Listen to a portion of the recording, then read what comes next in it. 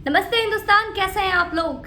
तो हम अभी तक सुनते आ रहे हैं मैं शराबी मैं शराबी मैं शराबी, पर यहाँ तो कुछ और ही कहानी निकली। तू नशेड़ी तू नशेड़ी तू नशेड़ी, तू गंजेड़ी तू गंजेड़ी तू गंजेड़ी। तो आप सिर्फ शराबी ही नहीं निकली दीपू मैडम, आप तो निकली नशेड़ी गंजेड़ी। दोस्तों, इनका बहुत ही अच्छा खासा इनके मार्केटिंग मैनेजर के साथ प्रॉपर चैट सामने आया है, जिसमें कहती है मुझे हैज़ दो, मुझे वीड नहीं चाहिए, मुझे हैज़ नहीं चाहिए। कहाँ हो, अपने मार्केटिंग मैनेजर से बात कर रही है। जो इनकी मार्केटिंग मैनेजर है उनसे बात कर रही हैं ये, जिनका नाम है करिश्मा। और करिश्मा जिनका की सीधा लिंक है जया शाह से। जया शाह वही है दोस्तों जिनका की एनसीबी के साथ कंटिन्यू वो जिसके रडार पे है। सुशांत केस में प्रॉपर उनसे पूछताछ चल रही है। और माना जाए जया शाह एक ड्रग्स पैडलर है, जो कि बोलती है कि तुम लोगों ने मुझे ड्रग पैडलर बना दिया, लेकिन दो उनको सप्लाई करना बहुत अच्छा लगता है। तो आते हैं बात दीपिका पादुकोण पे। दीपिका पादुकोण जी, आपको तो मतलब हमने क्या समझा और आप क्या निकली। तो मतलब आप कहते हो कि आप शराबी शराबी शराबी, मतलब कॉकटेल मूवी में जो आपकी एक्टिंग हुई, आप नशेड़ी गंजेड़ी एक नंबर की ड्रग्स फूक रही हैं, तो लोगों ने आपकी मूवी को बहुत अप्रिशिएट किया और वहां से आपको सक्सेस मिलना शुरू हुआ। तो आपने उसको इतना सीरियस ले लिया, इतना ज्यादा जज्बाती हो गई आप। मतलब इतनी ज्यादा जज्बाती हो गई कि आपने उस रोल को अपना रियल में लाइफ में बना लिया कि लोग आपको पसंद करेंगे।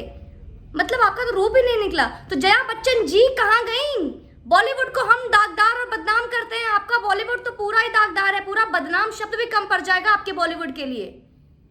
तो ये है दीपिका पादुकोण, जिसका कि प्रॉपर चार्ट सामने आया है कि जो ड्रग्स सप्लाई के लिए मानी जाती है, जो कि ड्रग्स मंगवाती हैं, ड्रग्स का सेवन करती हैं, ये वही दीपिका पादुकोण है जो सुशांत सिंह राजपूत भाई का जब केस चल रहा था तो उसमें अपने डिप्रेशन की कहानी सुनाती थी, जो कहती थी कि मैं भी डिप्रेशन से गुजरी हूँ, मुझे पता है डिप्रेशन का दर्द क्या होता है, डिप्रेशन के लिए क्या होता है, मैंने डिप्रेशन से ओवरकम किया है, thank you friends and family.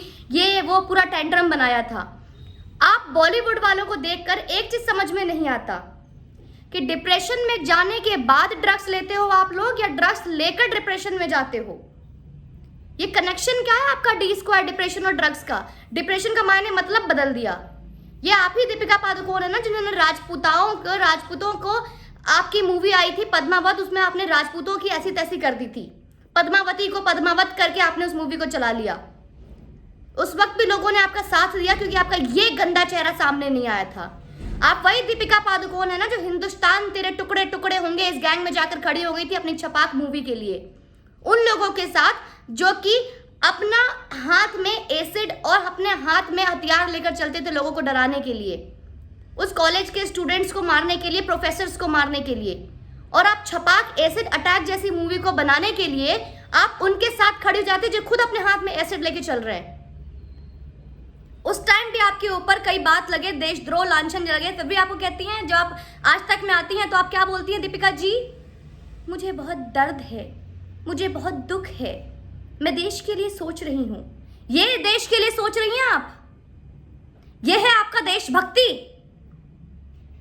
और आपका तो कहना ही है जब यार करे परवाह मेरी तो मुझे दुनिया की कोई परवाह नहीं, तू ही है बंधु तू ही है सखा। तो आपका यार कहाँ गया रणवीर सिंह। आप तो खुलेआम कहते हो कि आपको दुनिया का फिक्र नहीं, परवाह नहीं, जब यार करे परवाह मेरी। तो वो बेतरंगी और अतरंगी कपड़े पहनने वाला जिसके पीछे अगर बिहार यूपी में चला जाए तो कुत्ता पीछे पड़ जाए, वो साथ में फूकता है, अकेले फूकते हो आप। ऐसा तो संभव नहीं है ना जो बोलता होगा बेबी मेरे लिए कॉफी दे दो और तुम ड्रग्स ले लो, ऐसा कहते हैं क्या। कैसा मतलब कैसी केमिस्ट्री है आपकी, आप एक बार अपने बताएंगे। The cutest couple of the Bollywood, the icon of Bollywood, Om Shanti Om, Om Shanti Om. ये है दीपिका पादुकोण का असली चेहरा। तो ये है आप, ये है आपकी सच्चाई, ये है आपकी हकीकत, ये है आपके रंग रूप। ड्रग्स में डूबा हुआ चरसी गंजेड़ी। तो दोस्तों, कश्मीरा के नाम हो गया सम्मन जारी एनसीबी के द्वारा। बहुत जल्दी उनको आजकल में बुलाया जाएगा। आज जया शाह भी आ रही है और मे बी आज ही कश्मीरा को भी बुलाया जाएगा, सॉरी करिश्मा को बुलाया जाएगा, जो करिश्मा इनकी मार्केटिंग मैनेजर और जया शाह की कंपनी में भी मैनेजर रह चुकी है ये और काम करती थी। और जैसे करिश्मा से पूछताछ होगी, no doubt within a few days ये सम्मन एनसीबी का दीपिका पादुकोण के नाम भी जारी होगा और दीपिका पादुकोण को भी बुलाया जाएगा और दीपिका पादुकोण से भी पूछताछ की जाएगी। तो दीपिका जी वो दिन दूर नहीं कि अब आप एनसीबी के घेरे में आएंगी। तो अब समझ में आया कि क्या वजह थी रिया चक्रवर्ती विषकन्या को बचाने की? क्या वजह थी कि एक मामूली सी विषकन्या को बचाने के लिए पूरा बॉलीवुड बौखला उठा था? ये वजह थी कि पूरा मुंबई पुलिस बौखला उठा था। ये वजह थी पूरा महाराष्ट्र सरकार एक लड़की को बचाने के पीछे पड़ गया था। या ये वजह थी कि ड्रग्स एंगल आते ही पीआर टीम सबकी इतनी एक्टिवेट हो गई, सारे न्यूज चैनल्स पे आप आके इंटरव्यूज देने लग जाते हो। तो ये वजह थी, पहले ही बता देते, इतनी मेहनत क्यों करवाया? तो दीपिका पादुकोण मैडम आइए अब एनसीबी में। अभी तक आपने खेला कार्तिक कॉलिंग कार्तिक, ये खेल रहे थे ना, कार्तिक कॉलिंग कार्तिक। अब खेलेंगे एनसीबी कॉलिंग दीपिका। चलो आया है बुलावा। तो अब दोस्तों बहुत मजा आने वाला है, क्योंकि अभी तो 4 नाम सामने आए हैं, 25 नामों के लिस्ट आए हैं सामने। तो 25 में और कौन कौन होंगे वो भी बहुत जल्दी सामने आएगा। और ये भी तो दीपिका पादुकोण ही है, क्या पता इसमें और कौन कौन लोग शामिल हैं। अनएक्सपेक्टेड नेम्स, जिसका कि हमने एक्सपेक्टेड भी नहीं किया था, उम्मीद भी नहीं की थी, ऐसे नाम सामने आ रहे हैं। ये वही दीपिका पादुकोण है जिन्होंने अपनी मूवी को चलाने के लिए छपाक जैसी मूवी बनाती हैं, और जिस लड़की के साथ, लक्ष्मी के साथ जो ऐसी इंसिडेंट हुई थी 2005 में, उसके साथ मूवी बनाने के लिए जो इंसिडेंट हुई थी वो एक मुस्लिम लड़के ने किया था, लेकिन उसका नाम भी राजेश रखा गया। तो सच तो दिखाओ, सच दिखाने में डर कैसा लगता है दीपिका पादुकोण? किस बात का डर था तुम्हें? और उस दिन आपको बता दूं, वो थी जनवरी और दिसंबर का दिन था, और वो दिन जिस दिन ये जेएनयू में जाकर बोल रही थी हिंदुस्तान तेरे टुकड़े टुकड़े होंगे, उस गैंग के साथ एक कैंडल लेके जो खड़ी हो गई थी, उसी दिन एक और बहुत बड़ा फैसला आया था। आपको याद होगा कि हमारे दिल्ली में एक दामनी केस आया था।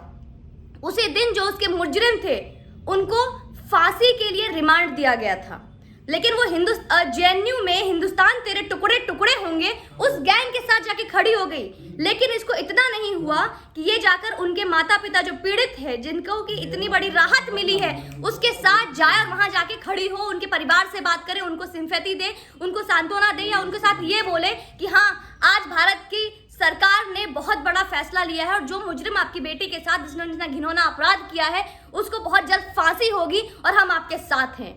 उनके परिवार से नहीं मिला गया आपको, जेएनयू में पहुंच गई आप। तो आप तो शुरू से देशद्रोही रही थी, लेकिन आपका ये रूप ड्रग्स में डूबा हुआ, मैं शराबी, तू नशेड़ी तू गंजेरी। आइए अब NCB calling you very soon. आइए आपके नए नए रूप, नए नए ट्वीट्स का हम इंतजार कर रहे हैं आपके फेवर में। जया बच्चन जी कहाँ गई आप? बॉलीवुड बदनाम हुआ एक बार फिर से आपका। आइए संसद में मुद्दा ठोकिए, बोलिए 4 लाइन इंग्लिश। आपकी इंग्लिश सुनने के लिए भारत की जनता बेकरार है। आइए बोलिए फिर से, बॉलीवुड बदनाम हो रही है। अब आइए, आपकी तो बड़े बड़े बहुत एक्टर एक्ट्रेस बदनाम हो रहे हैं ड्रग्स में। कोई नई एंगल नहीं आई है, ड्रग्स एंगल। आज वही थाली में छेद वाली बात ना फिर से आ गई है। आइए आपका इंतजार कर रहे हैं, बोलिए अब। अभी देखिए आपकी तो अभी बेटी का भी आना बाकी है। अब कहीं ऐसा तो नहीं है 25 लोग में अगला नाम श्वेता बच्चन का ही निकल जाए।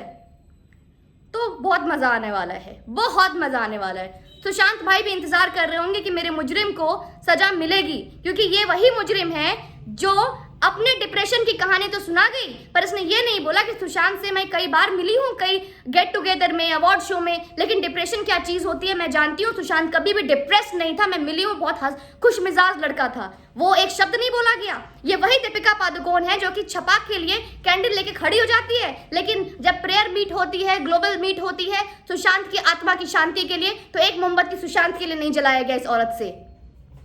आप लोगों के साथ ऐसा ही होना चाहिए। अब पता चला बॉलीवुड इतना गूंगा क्यों था, बहरा क्यों था। खोलिए आप मुंह, आइए। Thank you friends.